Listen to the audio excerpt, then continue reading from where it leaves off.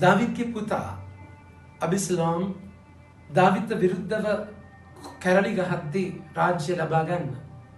දාවිද්ගේ සොල්දාදුවෙක් අබිසලෝම්ව ඕක් ගහක එල්ලිලා ඉන්නවා දකිද්දී මරනවා.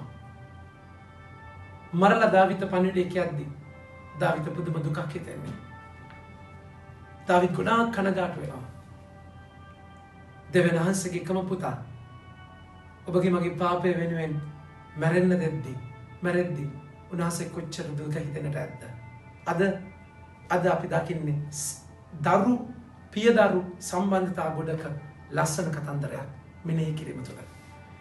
සමන සමය 4 වෙනි සතිය පෙබරවාරි 1 වෙනිදා අඟහරුවාදා මෙනෙහි කිරීම. ඔක ප්‍රමාන්තනි දාවිද් වේදනාවෙන් තමගේ පුතා මරුණයි කියලා දැනගත්තයින් පස්සේ දාවිද් කාමරයට ගිහිල්ලා දොර වහගෙන වැළපෙනවා. ඒ දවස මහා කියන්නේ දාවිද් ජීවිතේ කාලකන්නිතන. එවිට රජ අතිශයින් කම්පා වී දොරටුවට ඉහළින් තිබුණු උඩුබානට ගොස් ඇඬුවේය. "ඕ අඬා අනේ මගේ පුත් අබිසලෝම්, මගේ පුත්‍රයා මගේ පුත් අබිසලෝම්, ඔබ වෙනුවට මා මරුණා නම් යහපත. අහෝ රජ අබිසලෝම් ගැන හඬා වැළපෙන්නේය. රජ අබිසලෝම් ගැන හඬා වැළපෙන්නේ කියා ජෝවාබ්ට දන්ව ලද්දේය. රජ සිය පුත්‍රයා ගැන ශෝක වන්නේ යයි එදිනම මුළු ජනතාවට සැලවුණු බැවින් ඒ දවසේ ඇති වූ ජයගීය විලාපකයකට හැරේ. මන්ද යුද්ධයේදී පලා යන සෙනගක් ලැජ්ජා සහගතව රහසින් එලසේ ඒ දවසේදී සෙනග රහසින් නගරයට ඇතුළු වුණේය." තාත්තා කෙනෙක්ට දැනෙන දුක දරුවෙක්ගේ වේදනාවේදී මරණයේදී අපිට පේනවා දේව තාත්තගේ ආදරය එකම පුතා පාපේ නැසීමේ පිළිම වශයෙන් දෙද්දී. අද අපි දකිනවා යයිරස් මගේ ප්‍රමාතනේ. තමුගේ දියණිය මරණාසන්න වෙනවා වයස 12දී. 12දී මරණාසන්න වෙන්නේ නැද්දි ඒ 12 මරණාසන්න ඉන්න තැන ජේසු හොයාගෙන එනවා. ස්වාමීන් වහන්සේ අත තිබ්බත් මගේ දරුවා සුව වෙයි කියලා. බලන්නේ වේද තාත්තගේ වේදනාව. දැන් ජේසු බලන්න මේක ලස්සන තැන මගේ ප්‍රමාතනේ. යයිරස්ගේ ජීවිතේ දරුවා දුව වයස 12 කියලා කියන්නේ වැඩි වියටපත් වෙන වයස. කියන්නේ යාගේ සම්බන්ධතාවයේ පීක් එක උච්චම තැන මුදුන. දරුවා විවාහයට දෙන්න පුළුවන් වයස එක. ඒ අතරවාරේ දැන් යයිස් ගෙදර යන අතරවාරේ අපි දකිනවා මහලේ රෝගයෙන් දුක් විඳින කාන්තාවක් වයස 12ක්. අයි මේ 12 බලන්න.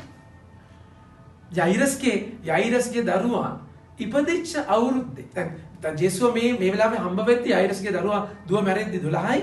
දැන් මේ මා කාන්තාවට මේ ලෙඩේ පැලවිලා 12යි. ජේසුව හම්බ වෙන තැන 12ක්. එතකොට බලන්න යයිරස්ගේ දුව ඉපදිච්ච අවුරුද්දේ තමයි මේ කාන්තාවට මේ රෝගය වැළඳුනේ. හැබැයි හමු වෙන තැන වෙනස්.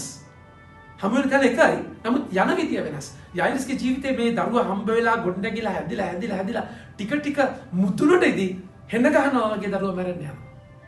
අනික් කාන්තාව වෛද්‍යවරුන් ගාවට ගිහිල්ලා හැමතැනම ගිහිල්ලා මේ රෝගියට කරන්න පුළුවන් හැමදේම කරලා එයා ටික පියවරෙන් පියවර තමයි ඒ අගාධයේ බිඳුව හම්බ වෙන්නේ.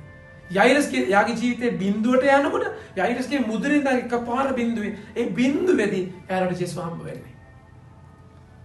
ජේසුව යනවා යයිරස්ගේ දුව සුව කරන්න. අත තියලා සුව කරන්න. හැබැයි අතර වාරේ මේ කාන්තාවට අහන්න ලැබෙනවා එයා විශ්වාස කරනවා මොකද වෙන්නේ? ඇය ජේසුස් වහන්සේ ගැන අසා සමූහයා ප්‍රමතකන රෝම 10:17 කියනවා ඇදහිලා ඇති වෙන්නේ පණිවිඩය ඇසීමේදී. ඇයට ඇදහිලා ඇති වෙලා. අසා සමූහයා අතර එපමණක්ම ඇගේ සමූහයා ඇය ජේසුස් වහන්සේ ගැන අසා සමූහයා අතර පිටුපසින් ඇවිත් ජේසුස් වහන්සේගේ වස්ත්‍රවලට අත තැබුවාය. උන්වහන්සේගේ වස්ත්‍රවලට පමණක්වත් අත තැබුවොත් තමාට සුවය ලැබෙනු ඇතැයි ඈ සිතුවාය. එක්කෙනෙහිම ඇගේ ඇඟට දැනිනි ලේ ධාරාව නැවතී ඒ පීඩාවෙන් ඇයට සුවය ලැබුණු බව ඇගේම ඇඟට දැනිනි. මොකද ප්‍රමාන්තනේ ජේසු දන්නේ නැහැ. සෙලක තෙරපි යන තැන මම කොහොම හරි පුළුෂන් ශක්තිය ඔක්කොම දාලා අර පිරිමින්ව පීරගෙන ඇවිල්ලා ජේසුගේ ඇඳුමේ පාටිට අත තියනවා. ජේසුගේ අනුහසනික් වෙනවා. දන්නේ නැතුව. ඔබට පුළුවන් ඔබගේ ජීවිතයේ බිඳුවේදී ඔබගේ මුළු ශක්තියම අරගෙන ජේසුට අත තියන්න. ඔබගේ මුළු උපරිමයෙන් ජේසුට අත තියන්න. හැබැයි යයිරස්ගේ දිනට එහෙම කරන්න බෑ. ශලෝමිට එහෙම කරන්න බෑ. ශලෝමි මැරිලා ජේසු ඇවිල්ලා එයාට අත තියනවා. ඒකයි තමයි මේ අත්දැකීමේ වෙනස සහ ලස්සන. මගේ ආදර ප්‍රමාණතේ මම කතා කරේ පිය දරු සම්බන්ධතාවය. දැන් මේ කාන්තාව සුව වෙලා යද්දී ජේසු අහනවා කවුද මගේ අවස්ථාවට අත්දැකීම් කවුරුද යසුසේක. උන්වහන්සේගේ ශ්‍රාවකයෝ hina වෙන්නේ නැති උන්ටම මෙච්චර සෙනගක් ඔබ වහන්සේ ගෑවි ඉද්දී කවුද අත තිබ්බ කියලා අහන්නේ මොකද්ද ස්වාමීනි කියලා. මේක ලස්සන පණිවිඩයක් අපිට. අච්චර කට්ටිය ඇඟේ ගෑවුනාට මුකුත් වෙන්නේ නැහැ. හැබැයි අත තියන්න ඕනේ අපිට දෙයක් වෙන්නේ. ඕනකමින් ජේසුව අල්ලත්ති ජේසුව හොයත්ති බුරුතු පිටින් ඇවිල්ලා ලැබුවා කියලා කිසි දෙයක් වෙන්නේ නැහැ නේ. තේරුමක් නැහැ. මොකද ලබන්නම් වානේ ලබලා තියෙන්නේ. හැබැයි ඕනකමින් ජේසුව ලබන කෙනාගේ ජීවිතය වෙනස් වෙන්නේ. ඒ නිසා ඔබ ජේසුට නිකන් පුරුද්දක් විදිහට කට්ටියත් එක්ක නිකන් ගෑවි කියලා කිසි දෙයක් වෙන්නේ නැහැ. හැබැයි ඔබ තීරණයක් අරන් අත තියද්දී එතන වෙනස් වෙනවා. පාදෘ ප්‍රමාණතිනේ ජේසුව වටපිට බලලා කවුද මට අත තිබ්බේ කියලා හදි මේ කාන්තාව මොකද කරන්නේ?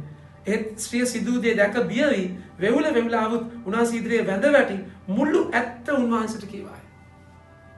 දැන් බලන්න සම්මන්තාව කොටගෙන විදිය. සුවයලා යනවා විතරක් නෙමෙයි. දැන් ඇත්ත කියනවා.